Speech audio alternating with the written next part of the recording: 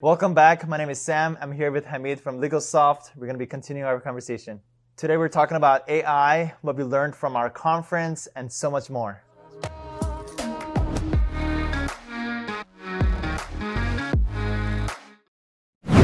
Hello, everyone. This is Hamid Kohan, President and CEO of LegalSoft, and I'm happy to welcoming Sam Mollaei to this event. We were going to talk about several different things, and Sam is no stranger to you guys. So please go ahead, Sam, introduce yourself. My name is Sam. I'm the founder of My Legal Academy, and I work very closely with Hamid for the past 5 years. And I've seen LegalSoft grow from nothing to now what it is, which is the way that I see it is one of the fastest companies for lawyers in the past 5 years. So very impressive. So Hamid, both of us have a big background, but for people that don't know us, let's quickly share how we got here very quickly. Absolutely. It's definitely been a journey. So in my journey, it starts way back in Silicon Valley, which I spent 20 years working in high tech, some great places I worked with, great team of people. Then came to LA about 25 years ago and still stayed in high tech. And a lot of, but the good thing about the high tech part was all data management, data warehousing, database oriented, which was a great help to get into legal because legal is very data oriented and it counts on a lot of data. Then I got introduced into the legal industry about 5, 6, 7 years ago. And I saw a big opportunity. I started LegalSoft, and we worked with about 800-900 law firms. We add about 100 or so a month, and we do full spectrum of scaling law firms, from staffing them with virtual staffing and practice growth, practice setups, incubations, variety of different services which you're very familiar with. And during this process, I met you about 5 years ago, which we crossed paths in the law firm. Sort of high tech meets media, and then that's how I just started. And I've been a lawyer for 8 years now, but I quickly realized that I'm not a typical lawyer. I was kind of a little bit more fascinated with the online realm of generating clients. Then I got into automations, then virtual assistants, and this whole online world, the online business side of running an online law firm.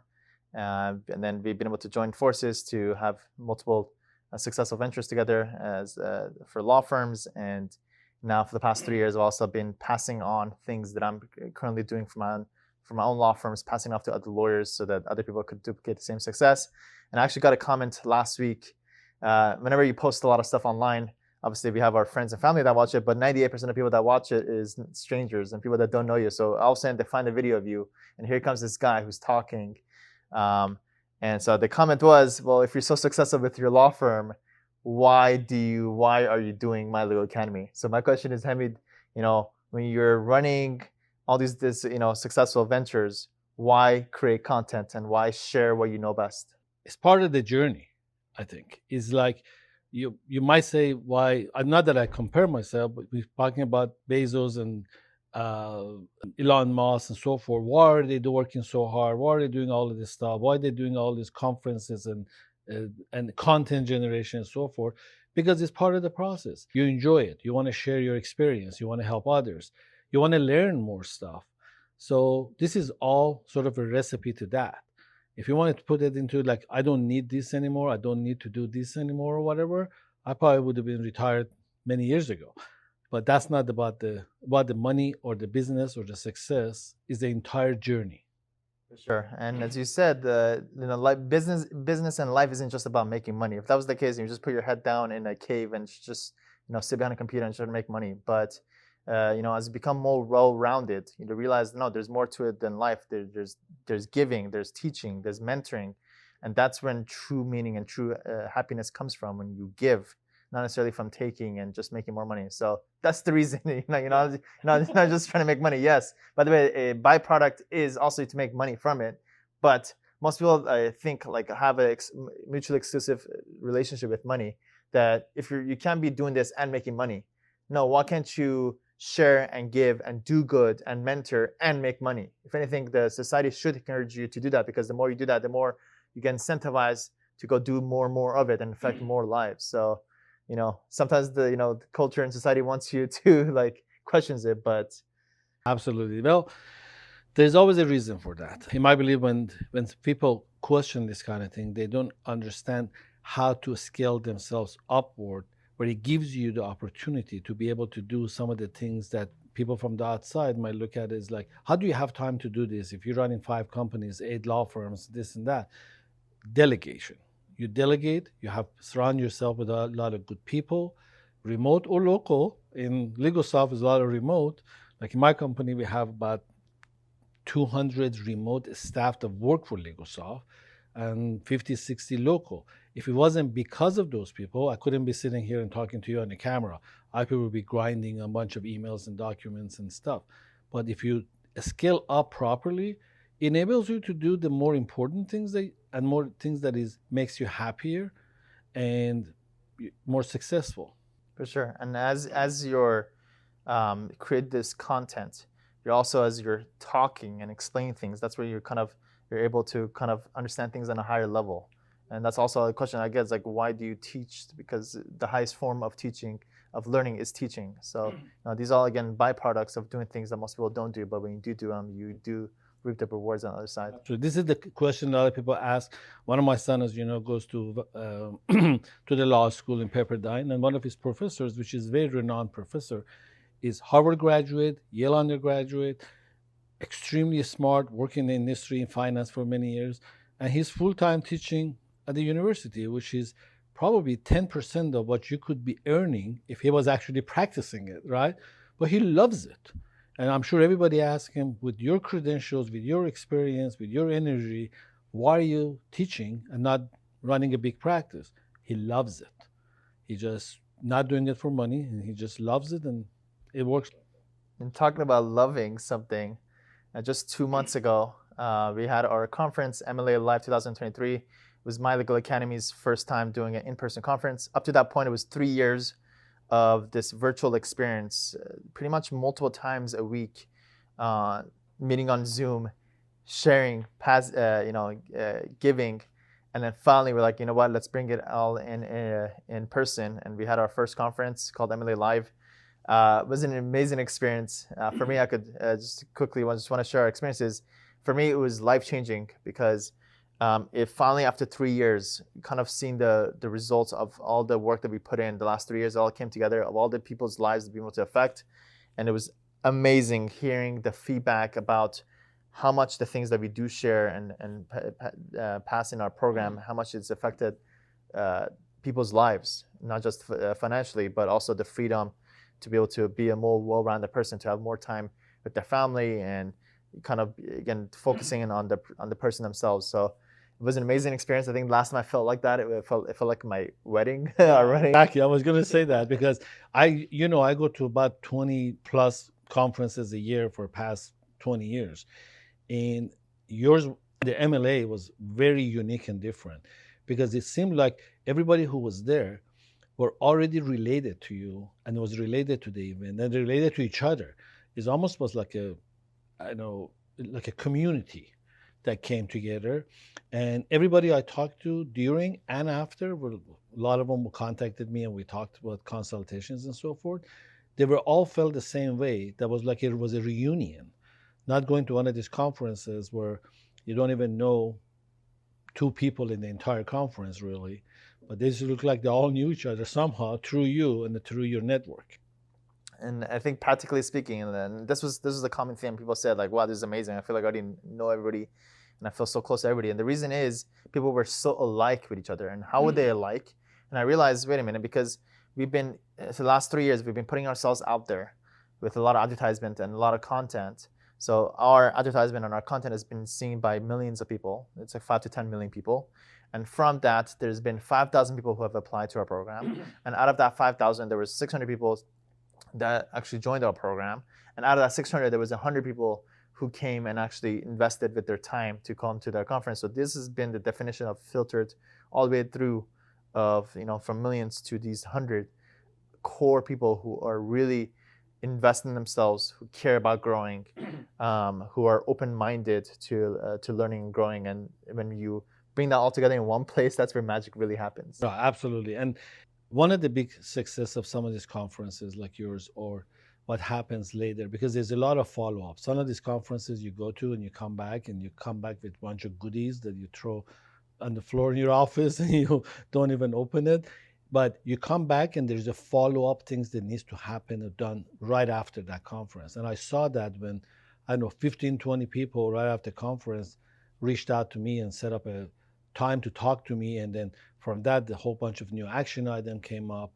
But it was a very unique experience, and I'm looking forward to the next one. Yeah, and people while we were at the conference, we were asking about the next one, but it was honestly such a hard thing to put together. I guess we just have to go through the motions. So let's review some of that, because I think it's going to be important to the audience to understand what makes things different than the rest of the stuff.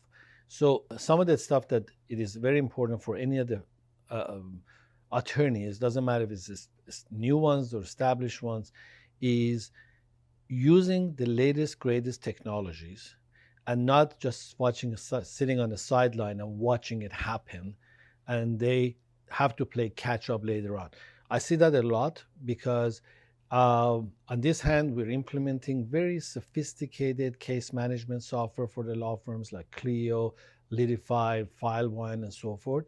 And I still have a bunch of law firms who are still using folders and Google Drives and so forth, and they have no case management software. It's the same thing with the lawsuit stuff. Having the true structure of the law firm that can scale up from technologies, from the staff, the virtual, taking benefit of a complete virtual staff situation, virtual law firm situation, and having a to-do list of things to implement, just like you're going to school. I think that's what was one of the difference between this conference, telling people exactly what they need to do. Not vague and ambiguous, basically, what the attorneys would say, is very specific. Like if you have an intake, if you're taking in more than 10 calls a day, you need to have an intake staff. You can't do it all yourself. If you have document retrievals, you need to have a system that does it automatically, or people who use the system to do it automatically. So it was very specific to the point of what everybody needs to do to scale their practice or make it more efficient and more productive. And it's the practical application that is always the key, and that always I saw that as the differentiator between what we do and what other people do. A lot of these other companies, the only thing that they know is marketing, and especially how to market you to bring you on as a client. But when it comes to the actual either marketing for law firms or running the operations and scaling a law firm, it's a completely different language than scaling a marketing company.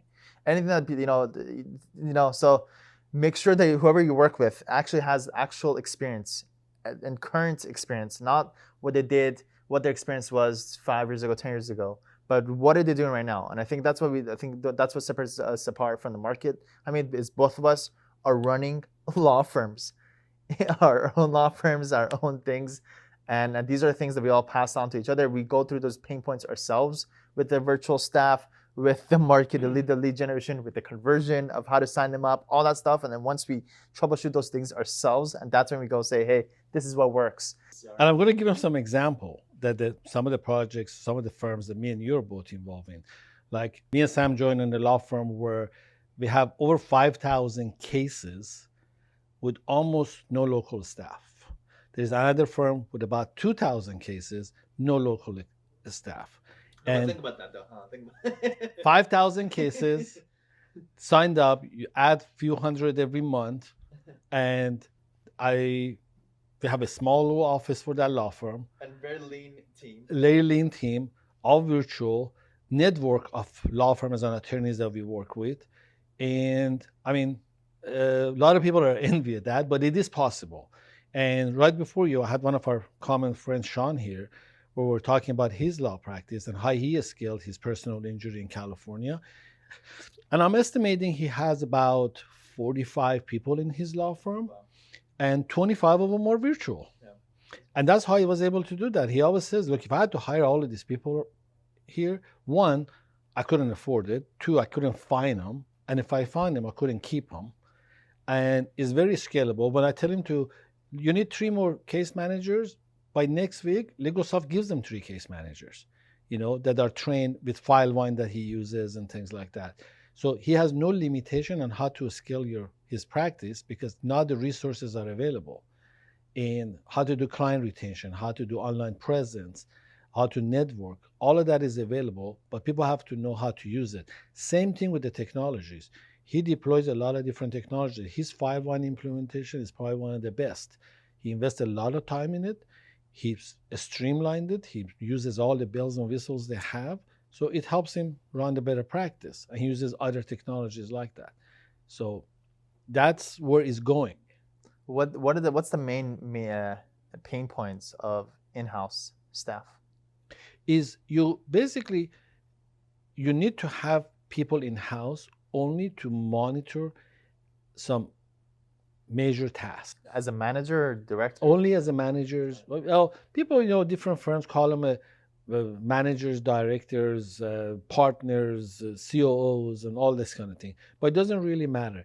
If you have one in-house intake manager, you take 5, 6 virtual intakes and put them under this person.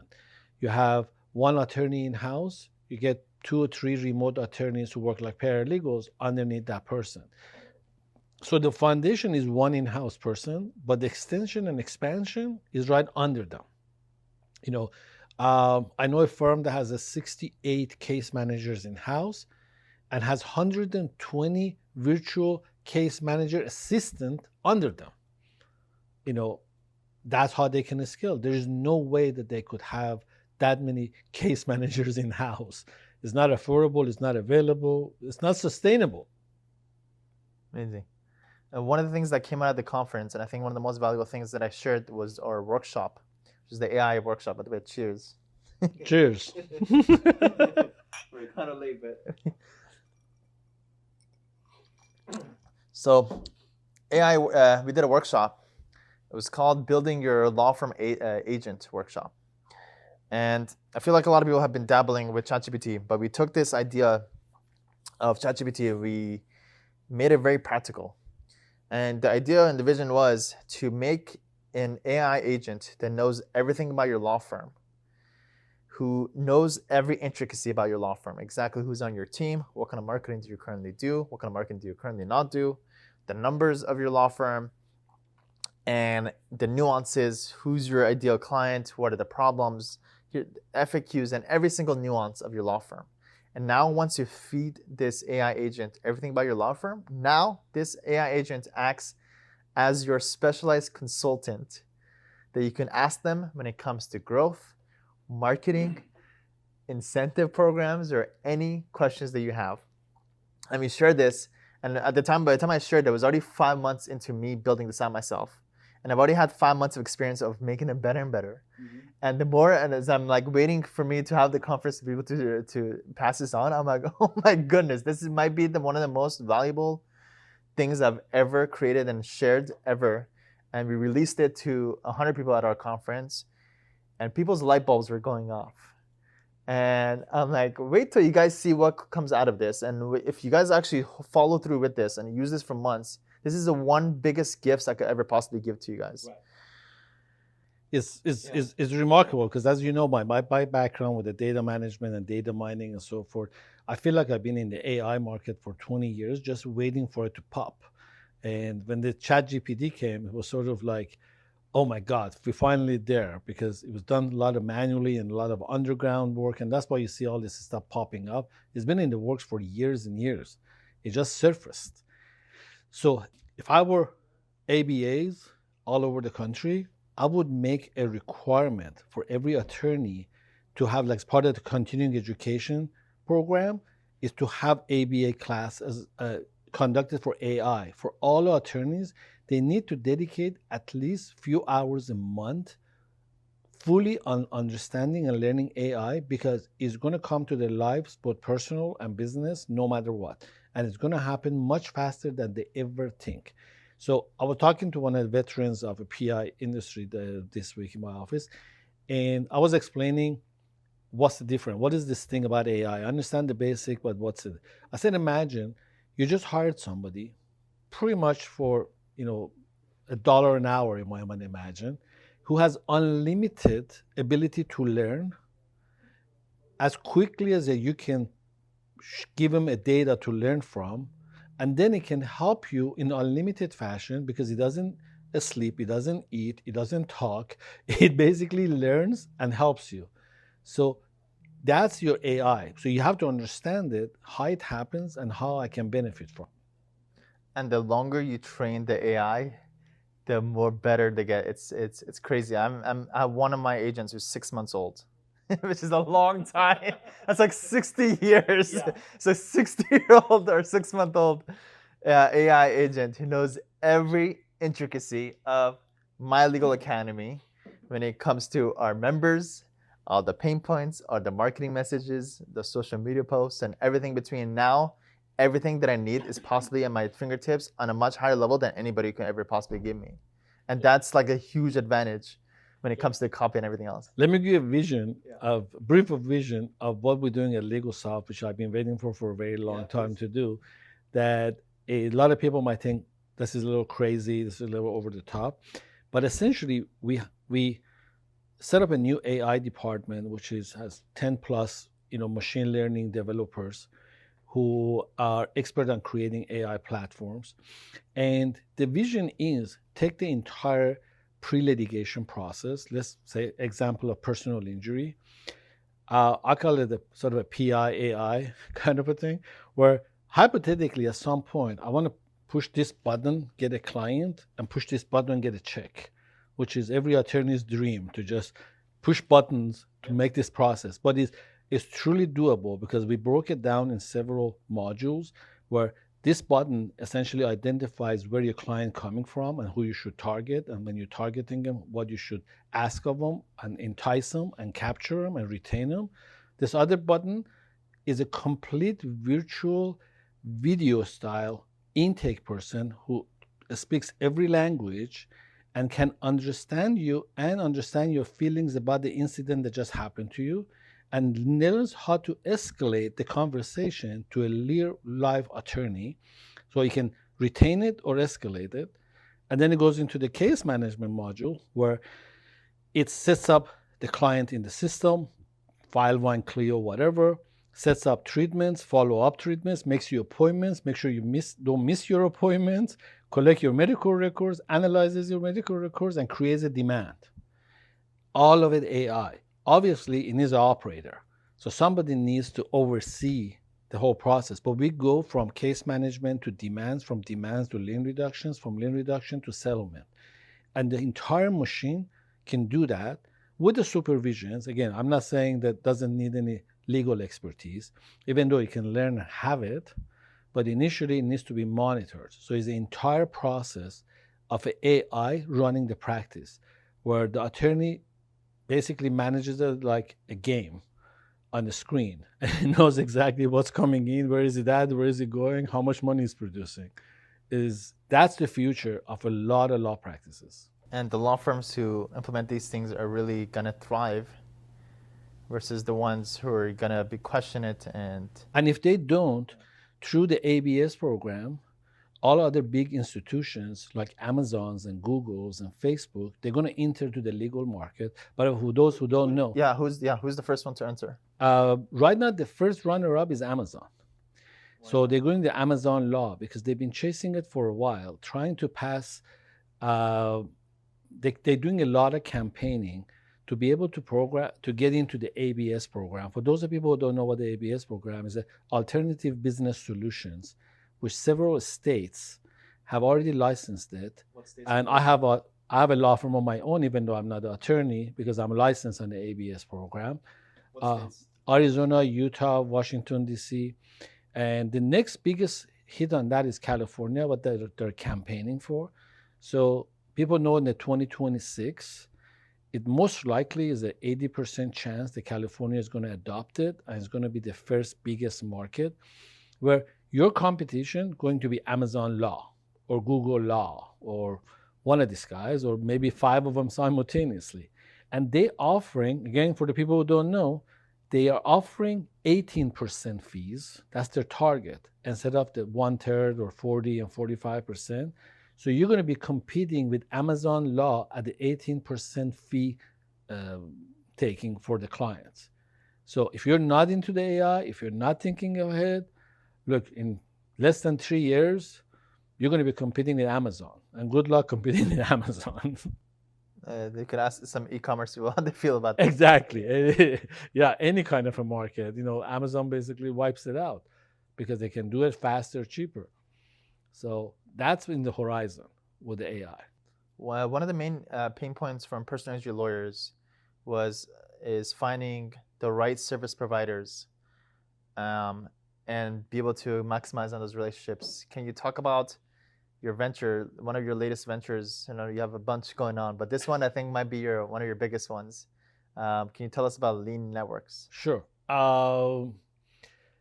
Early on, when I was working with a lot of personal injury firms, a lot of people, knowing that I connected to a lot of firms nationwide or whatever, whenever they get a case in some remote location, they were asking me, how can I find some medical providers who work on lean on this little town in Northern California, for example? So they were constantly looking for those medical providers who work on lean who is not in their close neighborhood. And God help them if they got a case in another state where is even a much bigger problem. Which happens pretty often. Pretty often. Yeah. So finding a network of medical providers and other providers that works in the... What about providers? Well, you got medical providers, you got labs, you got transportation providers that work on lean, you have pharmacists who work on lean. So there's a variety of different service providers in the injury market that they also work on liens, which is what the attorney is looking for. And everything I ever looked for, everything was very localized. There's a lot of companies to do this, but they only do Southern California, Northern California, or just California, not Arizona, not Nevada. So it's very problematic. So that was a problem number one. The second problem was attorneys wanting to be able to refer their clients to other attorneys because the nature of the case, the location, and all of that. And they're constantly searching out and asking people, do you know anybody in Wisconsin who I can refer this case to? So because of accumulative of all of that challenges, we came about with a product called My Lean Network, which is a nationwide referral program that is attorney to attorney referral, attorney to physician, physician to attorney, and physician to physician.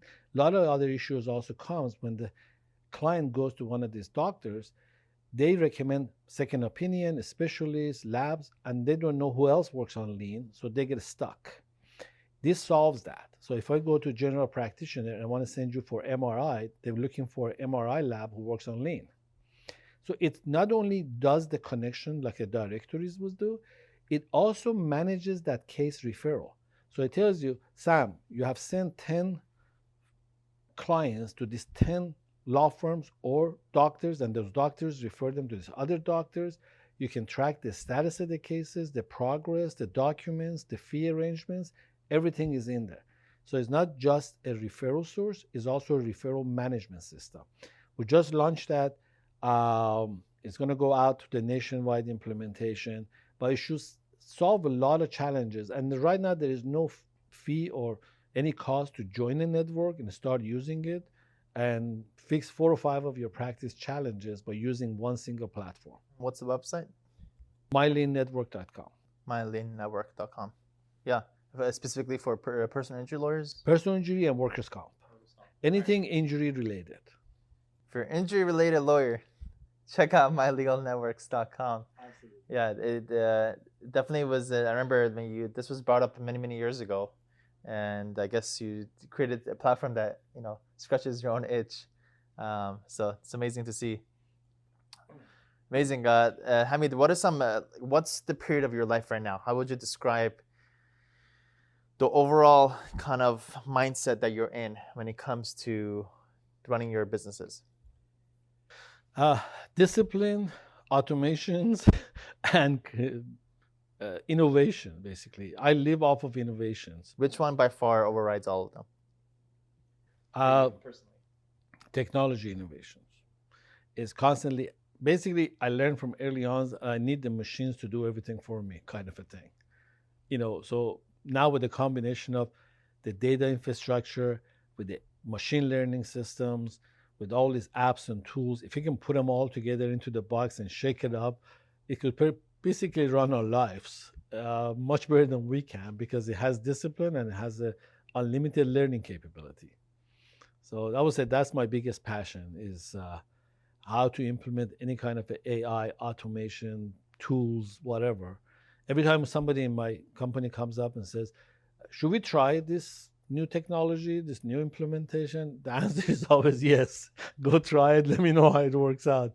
Doesn't almost matter what it is, what it does. We should try them all. It's one of the best lessons I think I've learned from you. Is instead of trying to make it or decisions, that decisions is always the and. Right. Replace your ors with ends. Right. Because instead of trying to figure out why I shouldn't use this thing or why shouldn't I learn this thing, it's so much easier to say, yeah, let's try it. If it works out, great. If not, we stop. There's no lifetime commitment to any of this stuff. Yeah. But you will only know if you try it. And for me, it's been consolidation. Consolidation, because for the past 5 or 6 years, it's been blazing ahead, taking on a lot of different opportunities, and starting a lot of things. But we learn from experience that it's probably better. The 80-20 pans out. That 20% of your ventures or your law firms usually are going to be the ones that grow the fastest and are the easiest. So I think both of us are going through that consultation of companies, ventures, and people to be able to help us kind of triple down and quadruple down on the best opportunities, and cut out the rest. And it's been so liberating. I'm already I feel like almost halfway there. Already feeling liberating, and today was my least things I had on my to-do list. I had only 9 or 10 things, Right. 30. So that's already felt amazing. I'm like, whoa, so it's been amazing. And I think in the next 30 to 60 days, I'll be able to kind of be pretty free, Hamid. And then I think once that freedom happens again, that's when our creativity will kick back into place. And that's where, again, there'll be a lot of fun to create some new opportunities again, and again, quadruple down on our best stuff. Absolutely. I agree. What's one piece of technology that I think that's most exciting for you right now? A specific technology? Well, ChatGPT is still interesting if you have actually done some learning of your own. Because a lot of people, I'm still expanding on the usage of it because originally it started by ask a question instead of actually showing it how to learn more and get to know you and what you want and how you want it and so forth. So you have to teach it how to learn more so it can produce a lot more. A lot of people think it's like a Google search. I'm going to go to ChatGPT and say, how should I deal with this? And they get an answer. No, but you got to teach it because it's a little baby. You got to teach it, I want you to go to these places, check this stuff out, combine it together, summarize it, and then give it to me. Now he knows what to do. So learning how to do that is a big thing. But honestly, it goes back to that AI pre-lit process where I literally want to see that day that I'm going to push buttons and get the stuff. And there's not many people involved in it. It's just just produce it for me. All right. Automation is kind of liberating, right? When you're able to see a process just be done without necessarily your input. Yeah, as you said, I think when it comes to ChatGPT, a lot of people start off kind of using it sporadically. And then, when people come back, they always start a new conversation. One practical advice is don't start any new conversations. Always just go, if it's about a particular subject field, let's just say anything about your law firm, go back to that same conversation you already had. Just go back to that one. It's an easy win. That way you're training them over time. And then second is have your ChatGPT open at all times. A lot of people make it hard to access it. They have to go type ChatGPT. So one thing is bookmark it, but even better, just have it open. Hopefully you have a big enough monitor to just have it open at all times. And anytime you're mentally stuck or you just need somebody to kind of, to vent to, just vent to ChatGPT. You'll be super surprised of the insights that you get for whatever problem that you're dealing with on a both professional level and actually on a personal level too. I actually say that in my consultations when I'm talking to the attorneys. I say, get the biggest monitor you can, have all your virtual staff, doesn't matter if it's a paralegal or case manager on this corner. So you have your whole basically firm on your screen on this side, ChatGPT and the rest of your stuff on this side, and you marry them together and you got a law firm. So you got my cases in here, my advisors in here, and my staff over here. I have this whole vision of somebody just managing the entire practice from a monitor and just moving things around and talking to people and getting it done right on the screen. And that's why you can set up a $100 million law firm operating it from a Starbucks. Yep. I made a post a couple of weeks ago on my personal Facebook page. By the way, if you're not following me, just go search for Sam Mollaei. Let's be friends on Facebook. I made a post and I said, what's one thing that you have an unlimited budget for? And we had a lot of people give their insights. I want to hear yours, Hamid, and I'll share mine. What I have an unlimited budget for? Thing that you have an unlimited budget for? Technologies. So it doesn't matter any kind of SaaS that helps you. Yeah, it doesn't matter what it is. It really doesn't matter. If it is a SaaS that gets me to work faster, get here faster, respond to emails faster, make decisions faster, I'm more efficient. I mean, not just faster, but also higher accuracy. I buy all the tools there are. Even as a technology company, we subscribe to so much technology that my financial folks are going crazy and saying that how many subscription fees do we got going on here? I said, compared to our payroll, nothing. You're paying all these people, but you have to enable them with tools to get the most out of them. So it's not just building an army, it's building an arsenal to army can use to win. And we actually analyzed one of our main law firms, and we wanted to create a P&L of how we've done so far this year. And the biggest one was people's salary. But one of the smallest ones was, even though we're very tool friendly, was only 2% of our entire expenses for the whole year was tools. And then here we are, people who question, this is $30, is it worth it? It does not matter. It's about what you get out of a tool. So don't overthink. People think and want to overthink in a tool that costs them $50 an hour. And they have a staff who wastes hundreds and hundreds of dollars a day, but not being productive, and it doesn't bother them. But some software company comes in and say, give me $100 a month and I do all the stuff for you. Say, $100? That's a lot. Yeah, or just start comparing. I found that, does anybody have a better, cheaper solution? I hate hearing that, Mike. It really doesn't matter. It's just about the one. Yeah, it really doesn't matter. No. Amazing, Hamid. Any last words? LegalSoft continuously coming out with the new innovations and new technologies and new ideas to help all the law firms, small, medium, large, and just keep up with everything because things are going 100 times faster than they used to in every aspect of it. So you just need to keep up. To be able to keep up, you need to free yourself up. Stop doing those 10-hour, $20 an hour work that you shouldn't be doing. You're doing yourself disjustice. Put that aside, delegate it, have somebody else do it so you can do the more important work and also keeping up with all these changes, which takes time. So they need to free themselves up. Amazing. And if you're not following me already, just go on YouTube and search for Sam Mollaei or My Legal Academy. I post daily videos on YouTube.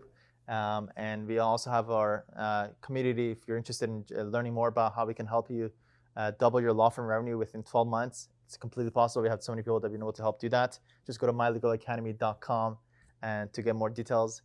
Thank you so much, Hamid. This is fun. We'll try to do these hopefully once a week.